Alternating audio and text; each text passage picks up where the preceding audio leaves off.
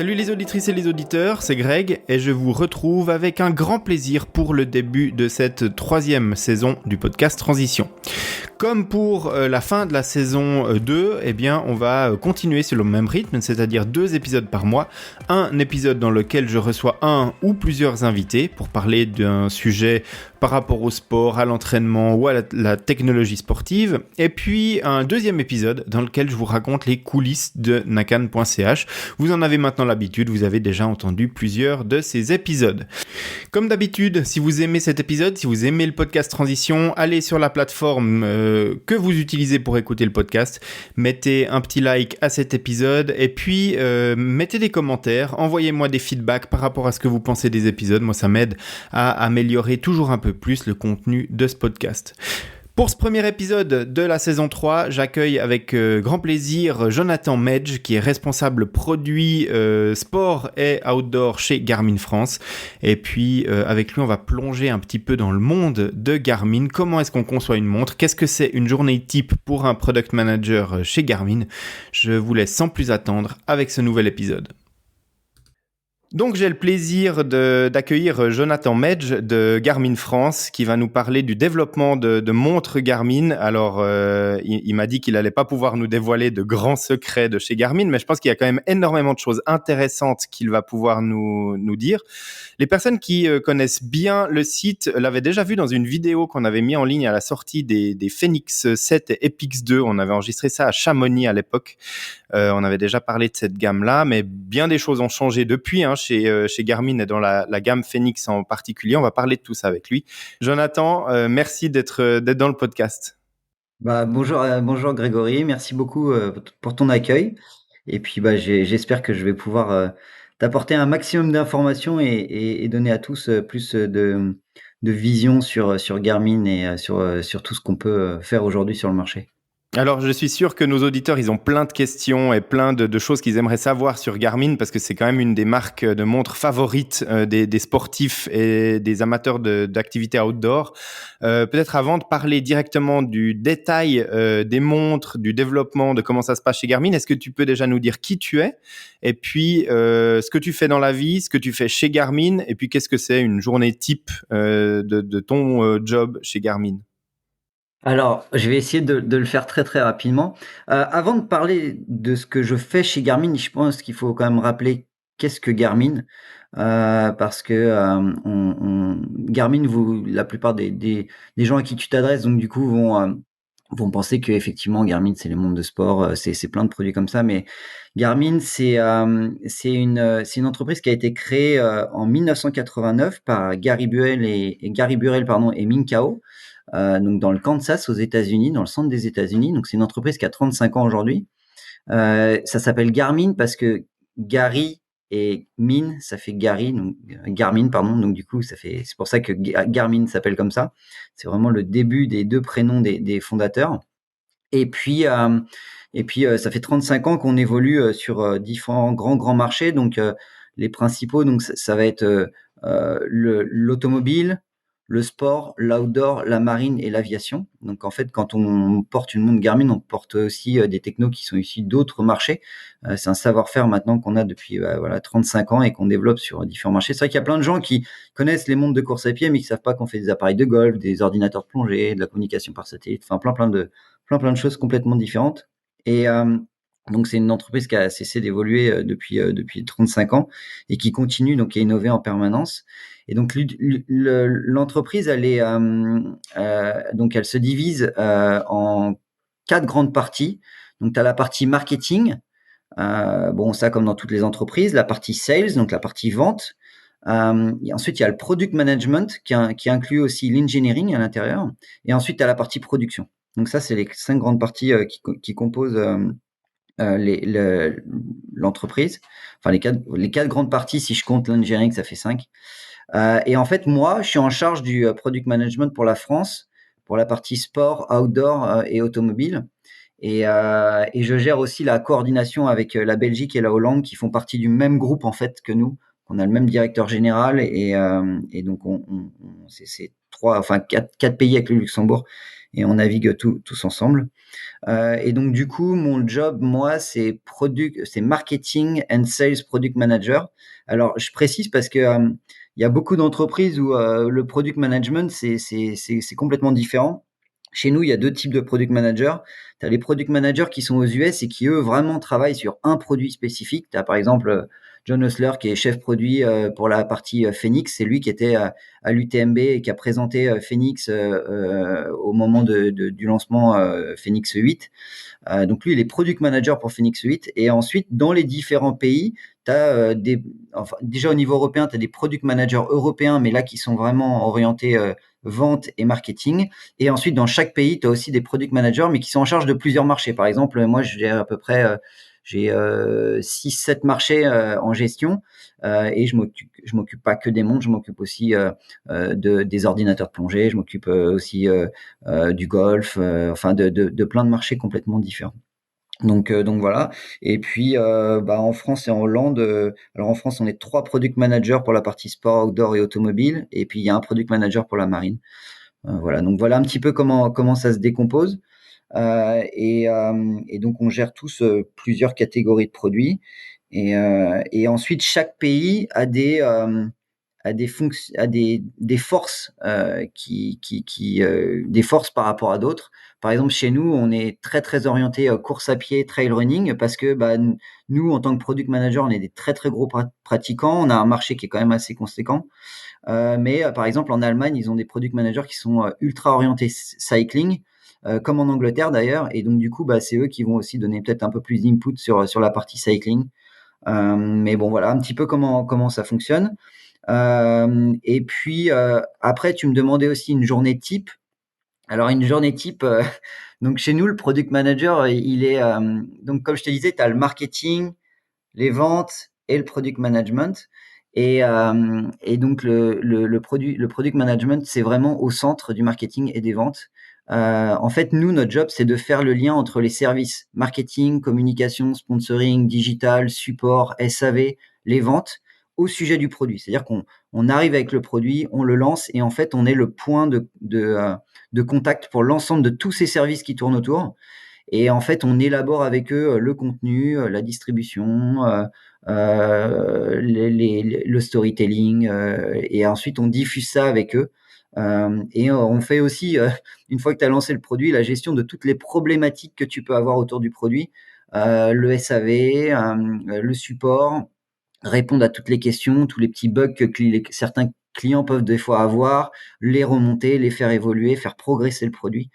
Donc voilà. Et ensuite, donc ça c'est la première partie de notre boulot. Donc vraiment faire le lien entre tous les services. La deuxième partie, c'est d'échanger avec les US et les product managers aussi au niveau européen pour mettre toutes nos idées ensemble et faire évoluer les produits dans le futur. Donc ça c'est vraiment le job de rêve parce que du coup chacun met sa petite patte au nouveau produit. Donc ça c'est assez sympa. Et puis c'est d'ailleurs pour ça que moi je vais régulièrement aux États-Unis aussi pour échanger avec les product managers là-bas. Et du coup parler des développements, parler du business, parler de plein de choses. Et ensuite il y a une grosse partie test aussi où on emmène les produits sur le terrain lors de nos activités perso aussi. Et on essaye de faire des retours, on essaye de penser à de nouvelles idées. Voilà, on passe énormément de temps sur le terrain à pratiquer et puis à échanger avec les gens. Mais ça, je t'en parlerai un petit peu plus loin dans la conversation. Donc voilà, donc ça c'est plus pour la partie organisation, mais c'est un petit peu long, mais c'est juste pour expliquer comment on est structuré parce que ça permet aux gens de mieux comprendre comment on travaille aussi. Et donc voilà, il y a vraiment il y a moi j'ai fait plusieurs boîtes et ce qui est intéressant dans celle-ci, c'est que on échange énormément avec les gens qui finalisent le produit. Et ça, c'est vraiment ça a une valeur énorme. C'est une grande famille, Garmin. Et quand tu vas là-bas, tu vas courir, tu vas faire du vélo, tu discutes de plein de trucs, tu dis ce que tu rêverais d'avoir dans le produit, tu fais tous tes retours. Et en fait, tout ça, après, on le travaille ensemble et puis ça donne les produits qu'on sort aujourd'hui. Je pense que ça participe vraiment au succès de l'entreprise. Tu disais que dans le terrain, tu passes du temps pour tester le produit. Je crois que vraiment que tu ménages pas tes efforts à ce niveau-là. T'es un grand sportif et notamment un grand trailer, Jonathan.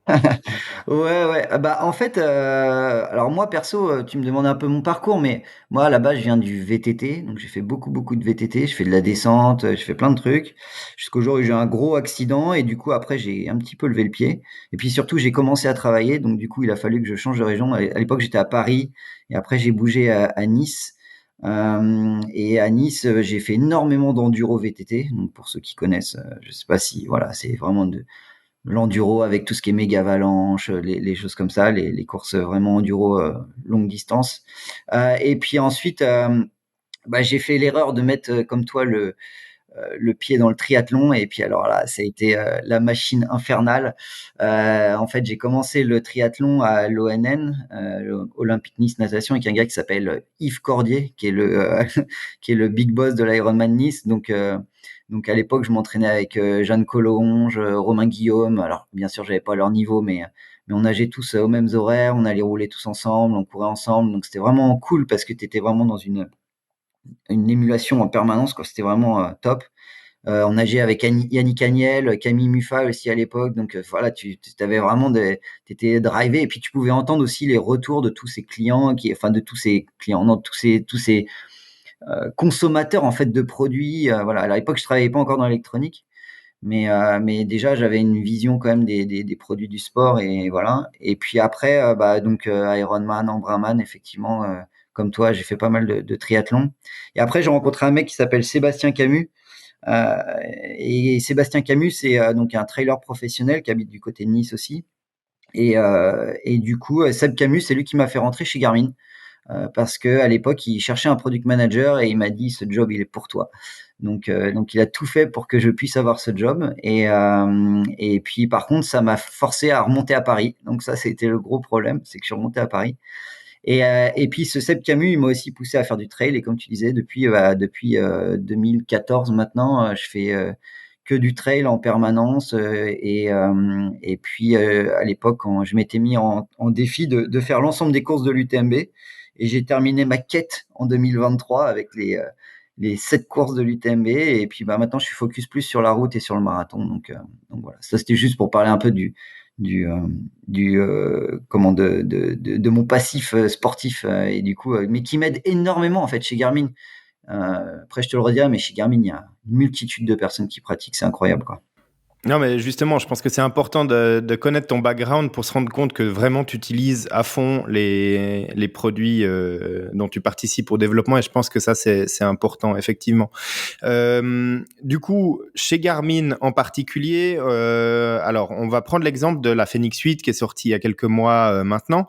Quand on conçoit une nouvelle montre ou quand on planifie une nouvelle montre ou une nouvelle génération de montres chez Garmin, comment est-ce que on pose les choses à plat au début pour dire tiens, on aimerait aller dans cette direction au niveau des fonctionnalités qu'on veut ajouter ou plutôt dans celle-ci ou tiens, on va faire converger typiquement avec la Fenix 8, ça a été le cas, hein, on a rajouté des fonctionnalités de plongée qui étaient jusque-là dédiées à une gamme spécifique chez Garmin. Du coup, de manière générale, comment est-ce qu'on rassemble toutes ces informations pour se dire c'est dans cette direction qu'on aimerait aller au niveau des fonctionnalités?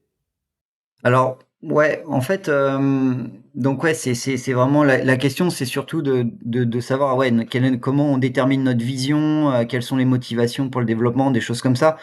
Bon, déjà, comme je disais, chez Garmin, il y a énormément de pratiquants. Enfin, je sais pas, je prends au niveau rien qu'au service marketing chez nous en France, tu as 5 finishers de l'UTMB, Tord des Géants, PTL, Diag, enfin tu vois, donc on est tous des pratiquants. Donc déjà ça nous motive à faire évoluer les produits en permanence, hein, clairement. On a toujours envie d'avoir quelque chose de supplémentaire. Et ensuite, il y a la vision globale de l'entreprise. C'est la vision aujourd'hui de l'entreprise, c'est enrichir l'expérience des consommateurs et en fait fournir des outils d'analyse et d'accompagnement pour que chacun puisse après en fait dépasser ses limites, s'épanouir, progresser, tout ça avec un produit connecté et grâce à nos produits. Donc la première chose à faire pour atteindre ça, c'est l'écoute des consos. Nous, c'est là où on passe le plus de temps, c'est sur le terrain. Donc, c'est les salons, c'est les courses, c'est les événements presse avec qui on échange énormément avec la presse aussi parce que bah eux, ils prennent en permanence le pouls du marché. Ils savent exactement les retours. Tu vois, il y a encore 2 semaines, j'étais en Corse avec des journalistes et les gars ils me disaient des trucs, mais en fait indirectement, je notais plein de choses parce qu'il y a des retours qui sont super intéressants. Mais c'est aussi nos revendeurs en fait parce que nos revendeurs, bah ils sont en contact direct avec les consos. Et du coup, bah, eux, ils nous font énormément de retours sur les évolutions qu'ils voient. Et puis aussi, il y a notre support qui est au téléphone en permanence avec les clients et qui remonte beaucoup de choses. Donc voilà. Donc déjà, la première chose, ouais, c'est l'écoute et passer énormément de temps sur le terrain. Et puis une fois qu'on a déterminé ce qu'on veut, ce que veut le consommateur, on détermine ce qui est faisable, ne serait-ce qu'en termes de technologie, en termes de disponibilité des composants, en termes de production. Euh, et, euh, et puis après, bah, on développe et on essaye de rendre possible ce qui paraît impossible sur le papier, en fait. C'est ça un petit peu le challenge. Et ensuite de le donner au conso et pour que les gens puissent s'épanouir avec le produit. J'ai un exemple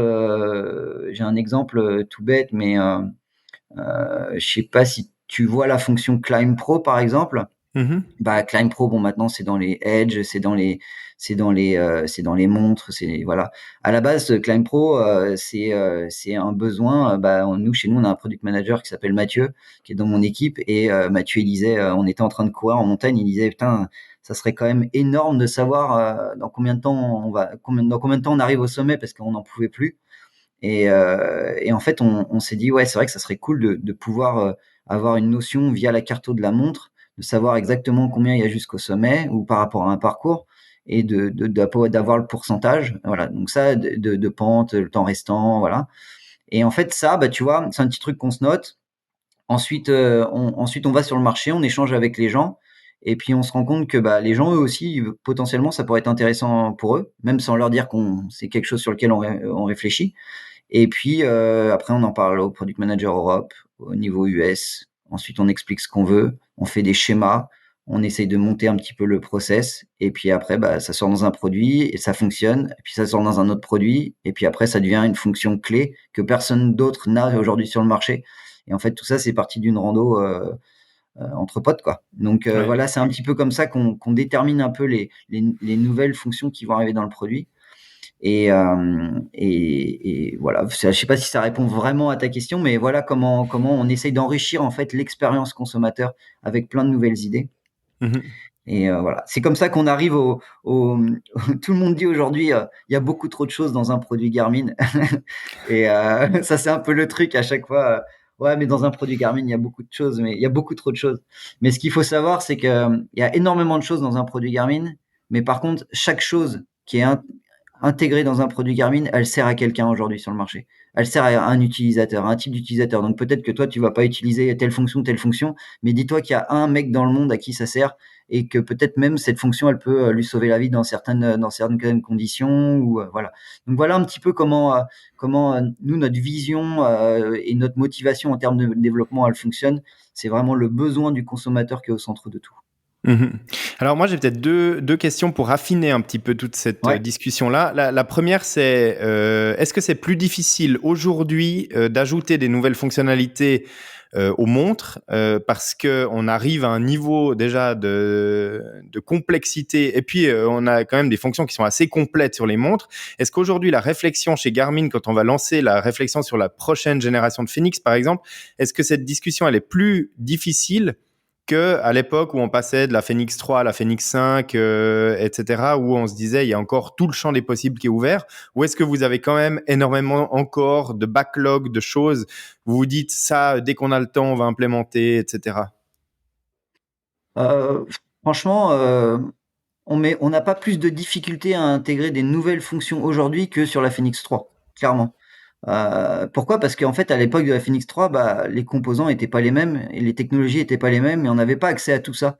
Donc ça paraissait être impossible. Et demain, il y a des technos, tu te diras, il y a des technos de demain. Et aujourd'hui, on n'imagine même pas qu'elles arriveront, tu vois. Donc en fait, ça permet de redéfinir.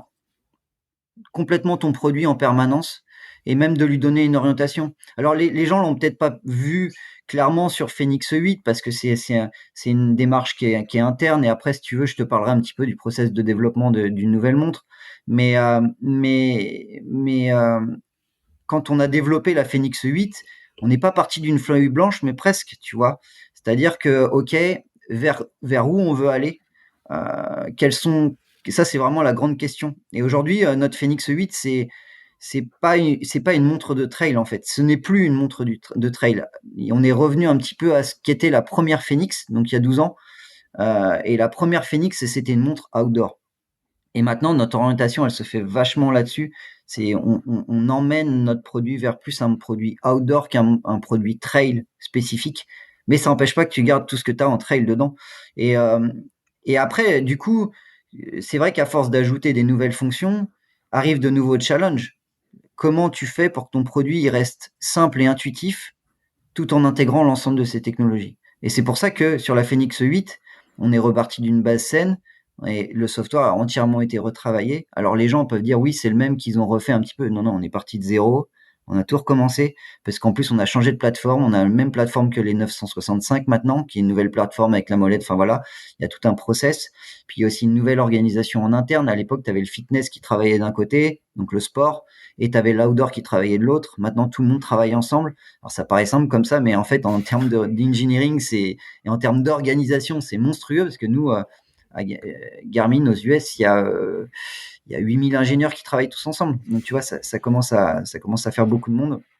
Et donc voilà, on a tout repensé et puis et c'est pour ça que maintenant les nouveaux challenges, c'est que le produit soit simple et que en même temps on puisse y intégrer des nouvelles technologies, qu'on puisse intégrer des nouveaux composants et intégrer des nouveaux besoins aussi des consommateurs.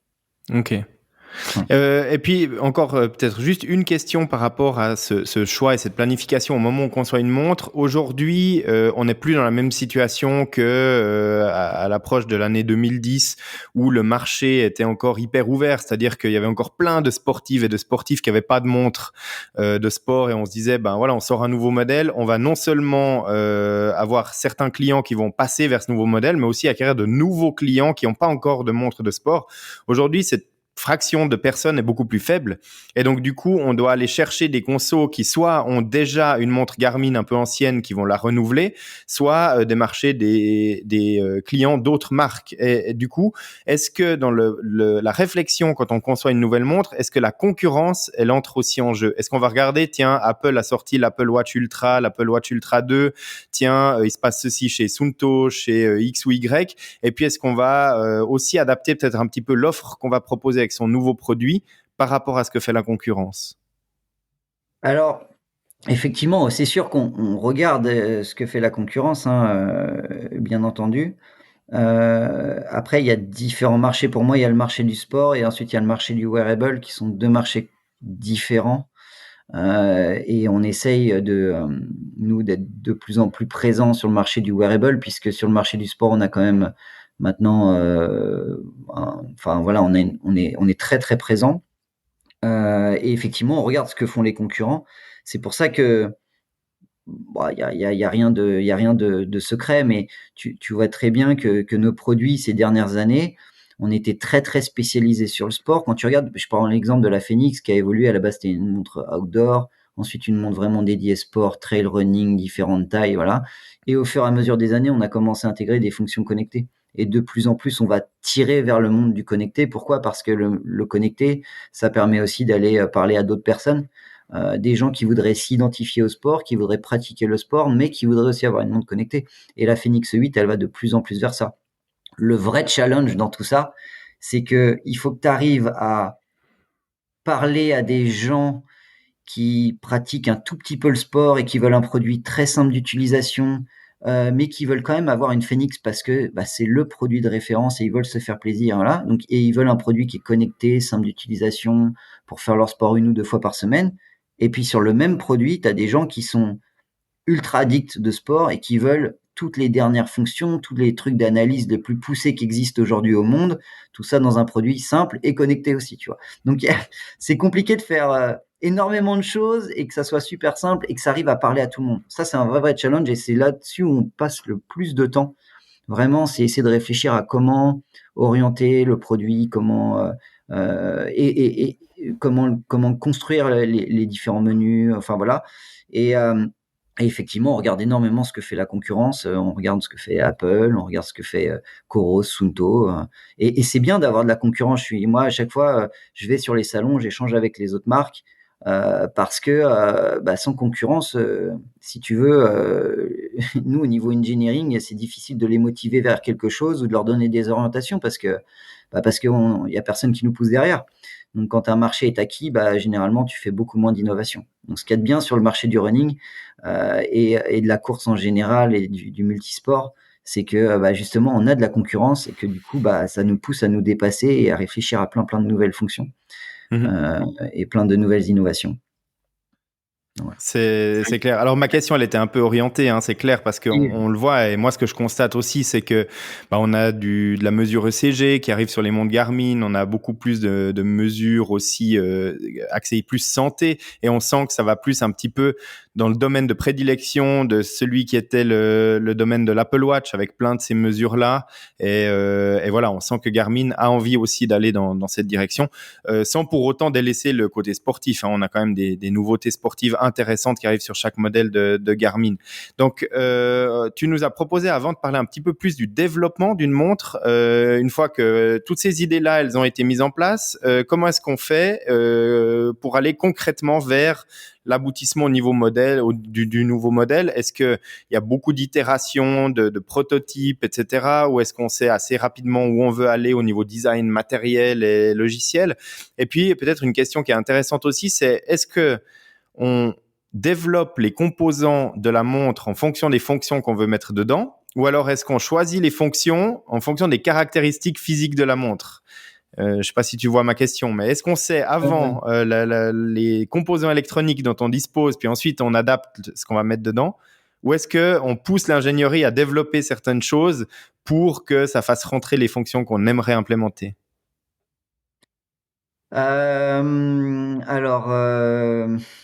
Alors déjà sur le processus de développement, la première chose, c'est ce que je disais tout à l'heure, c'est la grande question, c'est où on veut aller. Déjà, c'est vraiment le premier truc. Ensuite, plus que de parler d'innovation pour chaque produit, on se demande qu'est-ce que vraiment a besoin le consommateur. Ça, c'est le deuxième point. Qu'est-ce que tu aurais besoin en plus dans ta montre? Qu'est-ce qui te plairait? Comment tu aimerais afficher tes données? Voilà. Ça, c'est la première grande question. La deuxième question, le deuxième truc, c'est écouter les retours des différents clients sur les events, sur la presse, sur les salons, dans notre pratique de toujours. Déjà, quand on a fait ça, on a fait la moitié du chemin. Tu vois, parce qu'on sait où on veut aller et on sait ce que les gens veulent. Ça, c'est la première chose. La deuxième chose, et ça, donc tout ça, on en parle à peu près 2 ans avant le lancement du produit. Et ensuite, on a énormément de discussions en interne et qui te permettent d'avoir les différentes évolutions du produit et tu sais à peu près vers quoi on va aller. Donc, là, on en est à 2 ans avant le produit. Ensuite, pour moi, il y a 6 grands points. Donc, une fois qu'on a défini le positionnement, tu vois, donc ce que je viens de dire encore, hein, une fois on sait où on va aller, une fois qu'on a écouté ce que veut le conso, ensuite on va travailler sur le design, d'accord? Donc définir effectivement est-ce qu'on veut garder ce même design, comment on veut le faire évoluer, est-ce qu'on veut un verre plus grand, est-ce qu'on veut un affichage plus grand, est-ce qu'on veut de l'AMOLED, est-ce qu'on veut du saphir, est-ce qu'on garde le solar, est-ce que toutes nos montres doivent s'appeler Phoenix, est-ce qu'on doit garder Pix, tu vois, toutes ces questions-là. Donc ça, c'est la partie design. Est-ce qu'on doit faire une nouvelle interface? Est-ce qu'on doit mettre une lampe LED intégrée sur l'ensemble de toutes les catégories produits? Ensuite, c'est travailler sur les fonctions d'entraînement et bien-être. Ça, c'est la deuxième chose. Est-ce qu'on garde tout ce qu'on a aujourd'hui dans l'entraînement et le bien-être? Est-ce qu'on en enlève? Est-ce qu'on en rajoute? Est-ce qu'on va parler de la sieste? Est-ce qu'on va parler tu vois, une multitude de choses comme ça? Fonction de navigation, fonction connectée. Et le dernier point, c'est vraiment l'autonomie. l'autonomie, c'est la chose qui est pour nous une des choses qui est primordiale, c'est-à-dire qu'on pourrait faire la totalité des développements qui existent aujourd'hui sur tout ce qu'on a en tête, on pourrait le faire, mais si t'as pas d'autonomie, ça sert à rien en fait. Si ta montre, faut que tu la recharges tous les jours, ça n'a aucun sens. Et ça, c'est vraiment un truc qu'on a pris en compte depuis déjà plusieurs années. C'est qu'aujourd'hui, si tu veux avoir une analyse profonde des données physiologiques, il faut que ta montre, tu la gardes en permanence en fait. Tu la gardes 24 heures sur 24, 7 jours sur 7. Sans ça, elle peut pas te donner quelque chose de fiable. Si tu la mets à brancher tous les soirs, ça peut pas le faire. Donc, il faut vraiment que l'autonomie rentre vraiment dans ces 6 grands points de développement. Voilà. Après, enfin, du coup, je sais pas si je réponds vraiment à ta question, mais voilà les différentes grandes étapes, vraiment le positionnement, le travail du design, et après les différentes fonctions qui peuvent être bien-être, fonction de navigation, fonction de connecter, et à la fin l'autonomie qui est le plus important. Voilà comment nous on découpe le travail. Et ensuite, on essaye d'introduire un maximum de nouvelles choses avec les nouvelles technologies qu'on a, les nouveaux composants qui sont mis à disposition, et aussi en fonction de tout ce que nous demandent les consos. Mhm. Ça répond, je Ok. sais pas si ça répond vraiment à ce que tu veux, mais si Alors tu veux. oui, ça répond dans le process de la démarche de comment on va créer la Oui. montre. Maintenant, peut-être plus concrètement, si on prend l'exemple de la sortie de la Phoenix 8, Mhm. sur ce modèle-là, est-ce qu'il y a eu des challenges, des difficultés particulières, des choses que vous avez rencontrées qui étaient tout d'un coup pas prévues ou des problèmes qu'il a fallu résoudre pendant le développement de la montre particuliers dont tu peux nous parler? Bah, oui, oui, oui, effectivement. Alors, déjà, Phoenix 8, c'est 2 ans de travail. Et donc, du coup, oui, ça a été beaucoup, beaucoup de questions. Bon, la première, et ça, tu la connais, mais euh, elle va même plus loin qu'il y a 2 ans, en fait. C'est est-ce que la MOLED, c'est quelque chose pour le marché de l'outdoor? Hmm. D'accord? On l'avait utilisé sur la partie wellness, on l'a utilisé dans Forerunner, ça a été un succès énorme. Est-ce que cet écran AMOLED pourrait être utilisable pour la partie outdoor? Ça, c'était une très très grosse question. C'est comme il y a 5 ans, on se posait la question est-ce que le tactile c'est quelque chose pour l'outdoor, tu vois? Et en fait, on s'est rendu compte que le tactile c'était quelque chose pour l'outdoor à partir du moment où la montre elle tendait vers le marché de la montre connectée et qu'il fallait quand même garder les boutons. Donc Mhm. du coup, tactile et boutons, c'est la solution, tu vois. Donc oui, la première question c'était est-ce que l'AMOLED c'est fait pour l'outdoor? Et c'est pour ça qu'on a lancé Epix. C'est pour ça qu'on a lancé Epix. Et en fait, Epix au début ça a eu du mal. Pourquoi? Parce que maintenant on le sait, mais le nom Epix n'était pas forcément reconnu. Et puis on s'est rendu compte aussi que les gens, Epix, le fait d'avoir un écran AMOLED, c'était quand même un vrai plus, même en outdoor. On avait peur aussi pour la lisibilité en plein soleil, qui est quand même un point très très fort du MIP. Et finalement, on s'est rendu compte que énormément de gens étaient intéressés par cet AMOLED. Donc du coup, on a lancé Epix Pro, Gen 2 Pro, en 3 tailles, pour voir aussi si ça c'était la deuxième question, c'était est-ce que si on crée une montre Epix de plus grande taille avec plus d'autonomie, est-ce que les gens qui font du trail vont s'équiper avec? Et en fait, on s'est rendu compte que oui, il y a beaucoup beaucoup de gens qui se suffiraient d'une montre qui avait assez d'autonomie pour faire alors un UTMB assez rapide ou même d'autres courses trail en général. Et en fait, on se rend compte que bon, tout le monde court pas des ultras toutes les semaines, Mhm. et que il y a beaucoup de gens qui se satisfaisaient d'une comme ça, et au pire, ils pouvaient la recharger pendant l'épreuve. Et donc c'est là où on s'est dit, ok, bon, la MOLED, il faut foncer sur la MOLED. C'est vraiment un nouvel axe de développement, en plus de tout le reste, bien sûr. Et du coup, après, on s'est rendu compte que en fait, Phoenix, c'est pas un nom de produit. Phoenix aujourd'hui, c'est une marque, tu vois. Mhm. Et les gens, ils achètent une montre outdoor, mais ils veulent une Phoenix, ils veulent pas autre chose, ils veulent pas une Epix, ils veulent pas un produit qu'ils connaissent pas. C'est comme dans le running Forerunner, c'est des marques maintenant. Donc du coup, on n'avait pas, surtout aux États-Unis, nous en Europe, on avait quand même une meilleure vision de ça, mais aux États-Unis, ils avaient vraiment du mal à comprendre que Phoenix était devenu plus qu'un simple nom de produit. Et donc, du coup, c'est pour ça qu'on a tout basculé sous du Phoenix. Mais ça a mis énormément de temps, hein, pour te dire.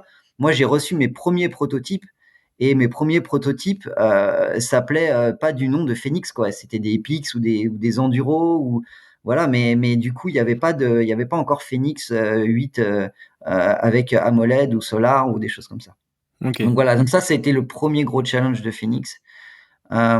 Et puis après effectivement, au niveau du design, ça a été de se dire bon, par exemple, est-ce qu'on met un écran de 1 pouce 4 dans la 47 millimètres? Est-ce qu'on tente le coup, même si tu as un petit peu moins d'autonomie, mais par contre tu as un plus grand écran, sachant que la 47 millimètres c'est celle qu'on vend le plus. Donc du coup on s'est dit bon là c'est quand même un gros test. Et puis quand on a testé, on a vu les prototypes, on a fait waouh, laisse tomber, l'écran il est incroyable quoi. 1 pouce 4 dans du 47 millimètres, on peut pas passer à côté de ça, même si tu perds un peu en termes d'autonomie. Et puis au final, l'engineering, ils sont revenus vers nous, ils nous ont dit, bah, au final, on arrive à avoir la même autonomie que les Pix 2 en 47 millimètres aussi. Donc on a dit, bon, bah, banco, on garde l'écran de 1 pouce 4. Mais par contre, tu vois, c'est super important pour nous d'avoir un écran de 1 pouce 4 dans une 51 millimètres aussi, parce qu'il y a des gens qui veulent avoir un max d'autonomie sur de la MOLED. Donc du coup, voilà. Ça, c'est une force de Garmin de pouvoir démultiplier les SKU aussi. Enfin, quand je dis SKU, c'est les références. Ouais.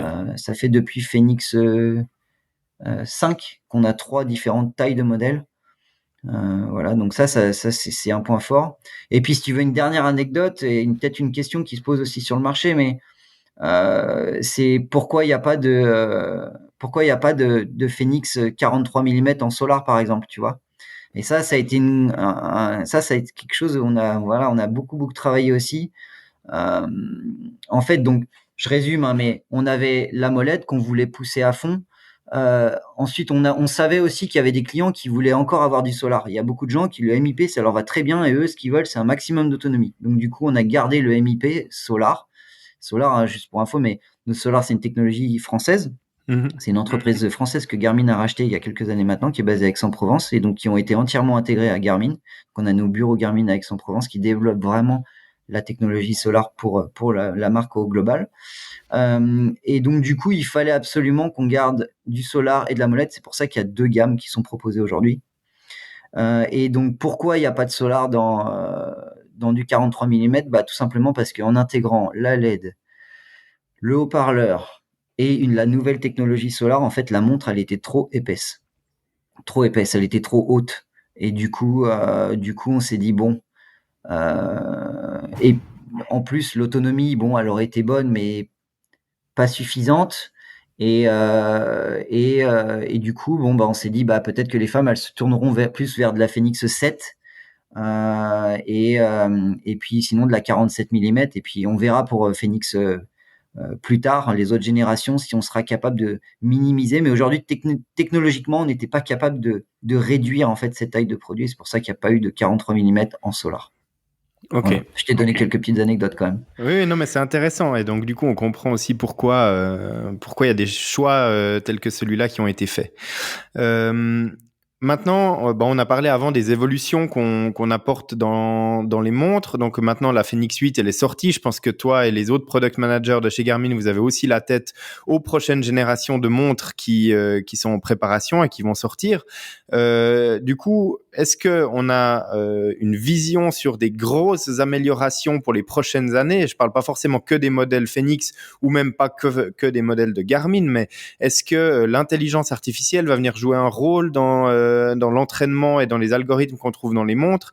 Est-ce que c'est des choses auxquelles vous pensez, ou bien est-ce que c'est trop compliqué? Est-ce que ça réduit trop l'autonomie? Et puis, est-ce qu'il y a encore d'autres innovations qu'on va voir? Il y a aussi une question qui revient régulièrement des lecteurs du site et des gens qui ont une Garmin en Europe, c'est elle est toute prête pour faire de l'ECG en Europe, mais elle est toujours pas activée chez nous. Elle est disponible que dans quelques pays, dont les États-Unis. Est-ce que ça aussi, c'est des choses que on va voir arriver prochainement sur nos montres? Alors, bon, aujourd'hui, j'aurais pas le droit de le dire, mais compte tenu que la vidéo, elle sortira un petit peu plus tard, le podcast sortira un peu plus tard. D'ici là, je pense que l'ECG sera disponible sur l'ensemble de nos produits. Enfin, en tout cas, pas l'ensemble de nos produits, mais sur certains de nos produits qui sont aujourd'hui disponibles sur le marché. En fait, l'ECG, ça dépend pas vraiment de nous. Nous, on l'a déjà aux États-Unis. On a les capteurs qui permettent de le faire. C'est plus une question d'autorisation au niveau européen. Voilà, disons qu'il y a des marques qui ont des plus grandes facilités à obtenir les autorisations que d'autres. Peut-être par leur part de marché, ou voilà, et puis peut-être parce qu'ils ont plus d'expérience aussi dans ce domaine-là. Bon, nous, c'est un peu nouveau, mais oui, bien sûr, il y aura l'ECG dans nos produits.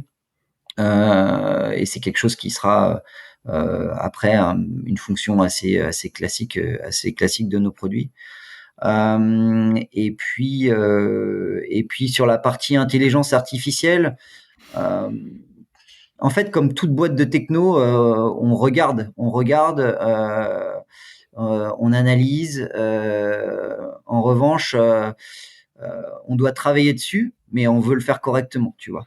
On va Mhm. pas se jeter dedans, on va tout mettre en intelligence artificielle, machin, blabla.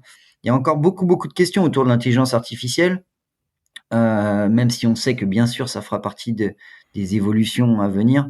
Après, nous on y va à tâtons. On fait le choix de regarder comment ça évolue, et puis peut-être qu'on l'intégrera dans certains produits au début, mais pas dans tous. Parce que bon, c'est bien, mais ça a encore ses limites. Et voilà, peut-être que le futur me dira que j'ai tort, hein, mais peut-être que dans 3, 400, 5 ans, on aura tout qui fonctionnera avec l'intelligence artificielle intégrée et tout. Mais voilà, nous, Garmin, c'est une boîte assez conservateur sur pas mal de choses. On n'a pas forcément envie de foncer direct dans les nouveaux trucs. On prend le temps. On n'est pas pressé.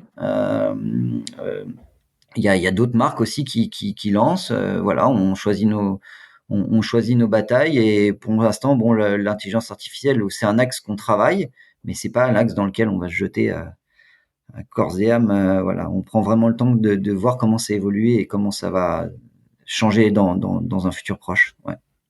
Ok. Et est-ce que tu penses que les montres qu'on aura dans 3, 4 ans, elles seront très différentes au niveau fonctionnel de ce qu'on a maintenant, ou ce sera des évolutions petit pas par petit pas, et puis voilà, si je prends une montre dans 4 ans, est-ce que je reconnaîtrai quand même la base Phoenix que j'ai aujourd'hui, ou est-ce que Oui. on aura des choses qui vont énormément changer?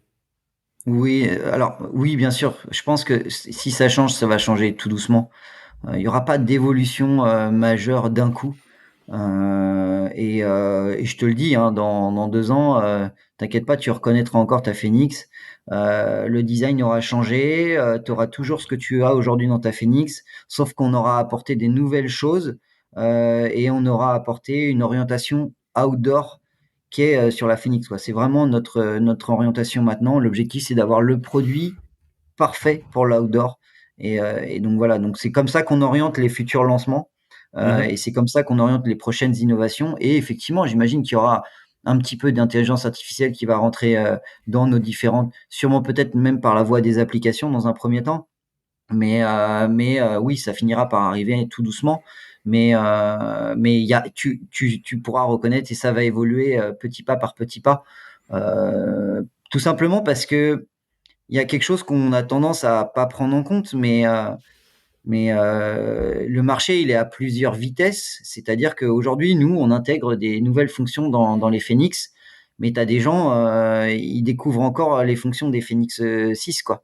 Mhm. Donc il faut aussi le temps que les gens se familiarisent avec les différentes fonctions. Faut pas aller trop vite non plus, parce que nous, on est ultra connectés, on est à fond dedans, on a tout le temps notre nez dans le produit et tout. Mais il y a des gens, déjà, soit ils connaissent pas, ou soit ils ont pas encore pris le temps c'est quelque chose qui les intéresse pas forcément, donc il faut qu'ils prennent le temps de s'y intéresser, puis il faut qu'ils prennent le temps de comprendre. Et donc voilà, il faut faire très attention à vouloir aller trop vite. Tu sais, nous, on lance énormément de produits. Chez Garmin, on lance 150 produits par an, donc ce qui est quand même considérable. Nous, en France, tu vois, ne serait-ce que pour nous, la partie sport outdoor auto, on lance plus de 50 produits par an à Mhm. 3. Donc c'est voilà. Donc on enchaîne. Et des fois, on lance des produits qui sont trop en avance pour le marché, en fait. Enfin, qui sont, je sais pas si tu avais connu ce produit-là, mais on avait lancé un produit que tu accrochais sur la lunette Oui, oui, oui. Ouais. pour voir les informations.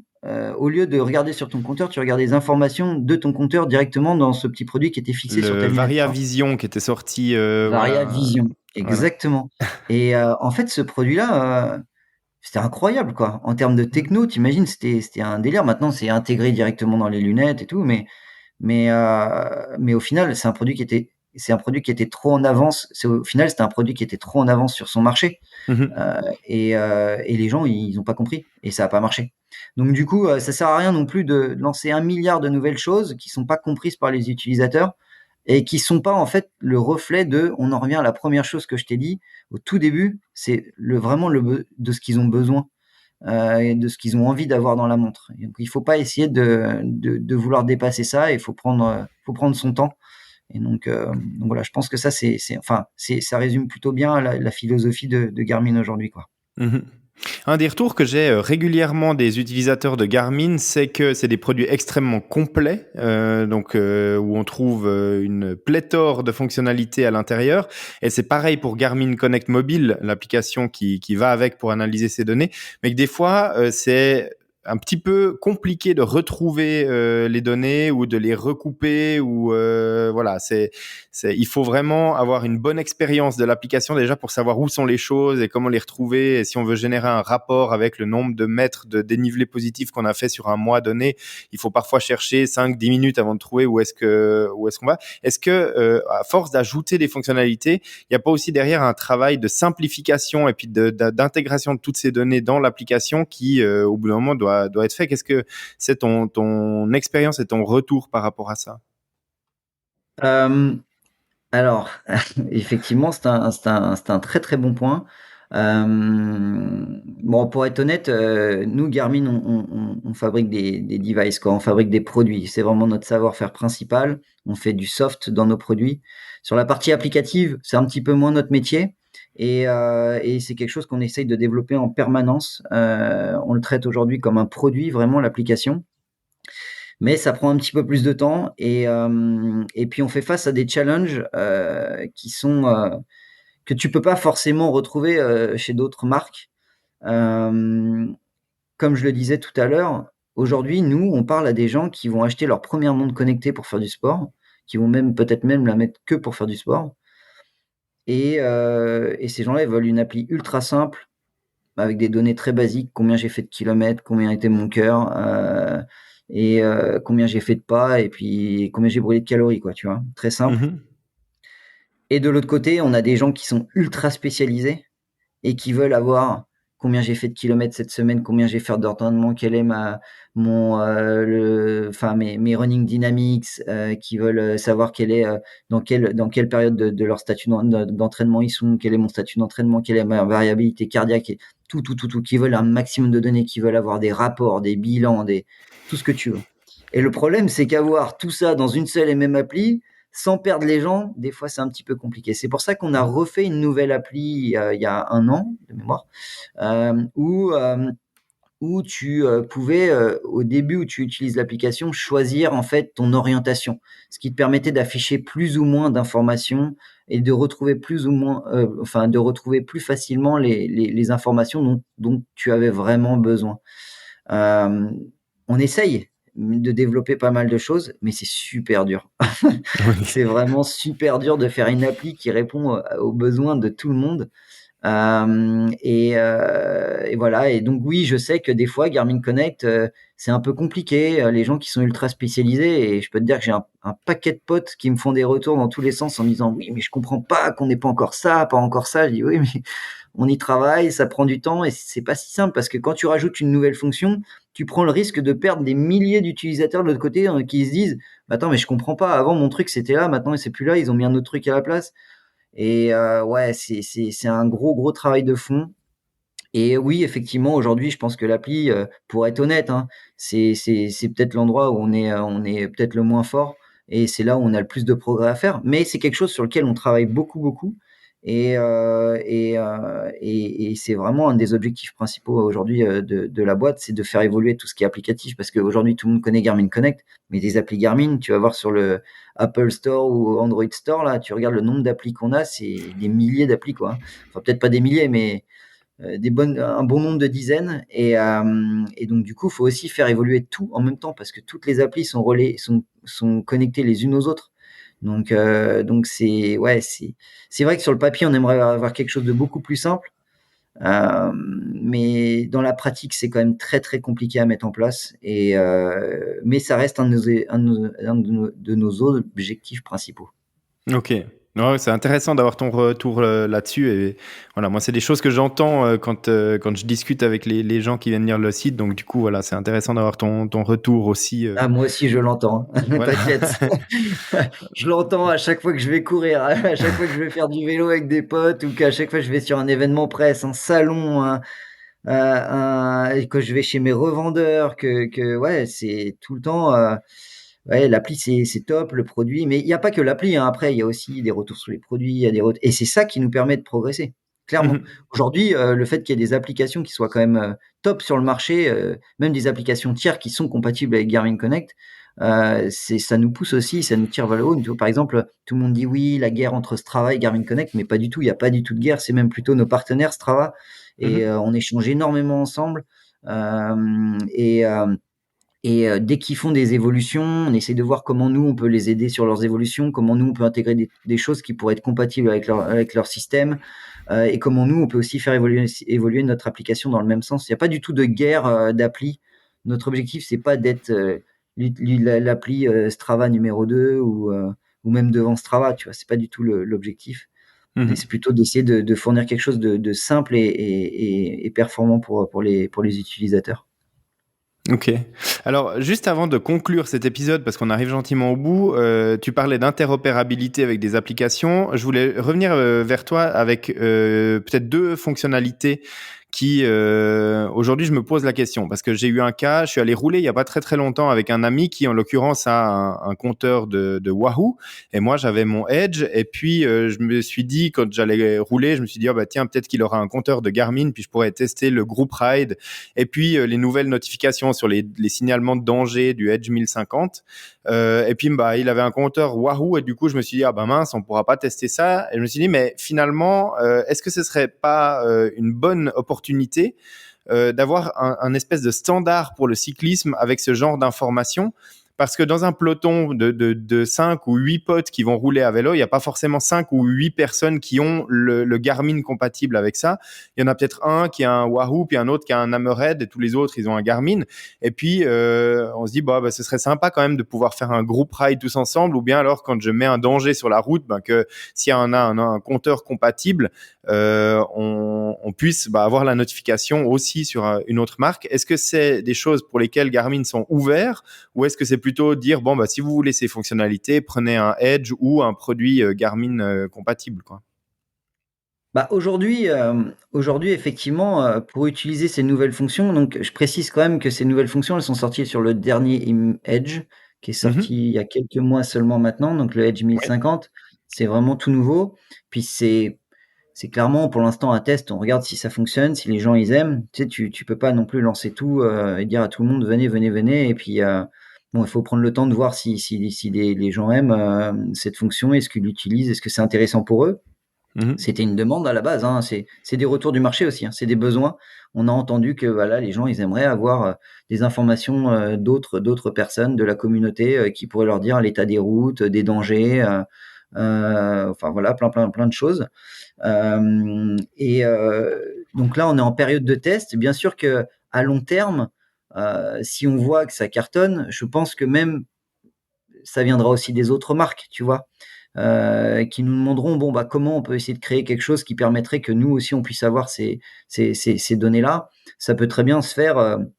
Tu vois, on parlait de Strava, mais je sais pas, mais on peut imaginer que Strava peut être un pont entre ça et les différents utilisateurs d'autres produits, ou on peut très bien imaginer un Connect IQ qui te permet de diffuser sur d'autres produits Mhm. via le téléphone. Tu vois, si tu es connecté via ton téléphone, tu peux créer un pont entre plusieurs applis. Je sais pas, hein, je dis ça comme ça, mais il y a plein d'idées qui pourraient se mettre en place. Mais déjà, il faut savoir si vraiment ça intéresse les consommateurs, si vraiment ils l'utilisent, si c'est intéressant pour eux.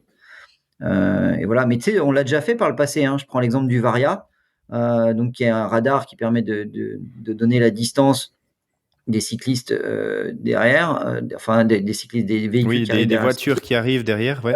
Mm. Et, et en fait, au début, quand on a lancé ce produit-là, tout le monde disait ouais, c'est un gadget, ça sert à rien, machin, truc bidule. Bon, aujourd'hui, tu as des gens, ils font demi-tour parce qu'ils ont oublié leur Varia et qu'ils peuvent pas rouler sans sur la route, quoi, tu vois, parce que c'est vraiment un élément de sécurité qui est incroyable. Et en fait, il y a tellement de personnes qui se sont accrochées à ce produit et qui voulaient absolument ce produit-là qu'il y a une forte demande aussi chez les marques concurrentes. et qui les ont poussés en fait à nous dire bon bah les gars, comment on peut rendre votre appareil compatible avec le nôtre?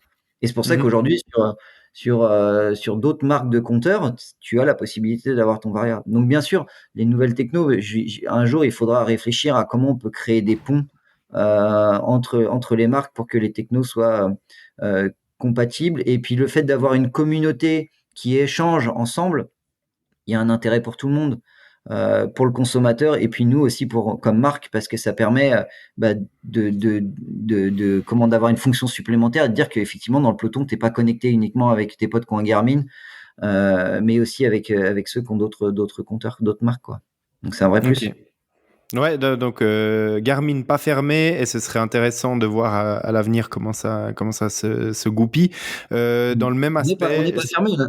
On n'est pas fermé. La preuve, c'est regarde Connect IQ. Connect IQ, ouais, ça montre bien qu'on n'est pas du tout fermé parce que du coup, bah, c'est une plateforme qui est ouverte à tout le monde. Tout le monde peut venir créer mhm. des applications dans tous les sens. Donc, on est vraiment Oui. très, très ouvert même.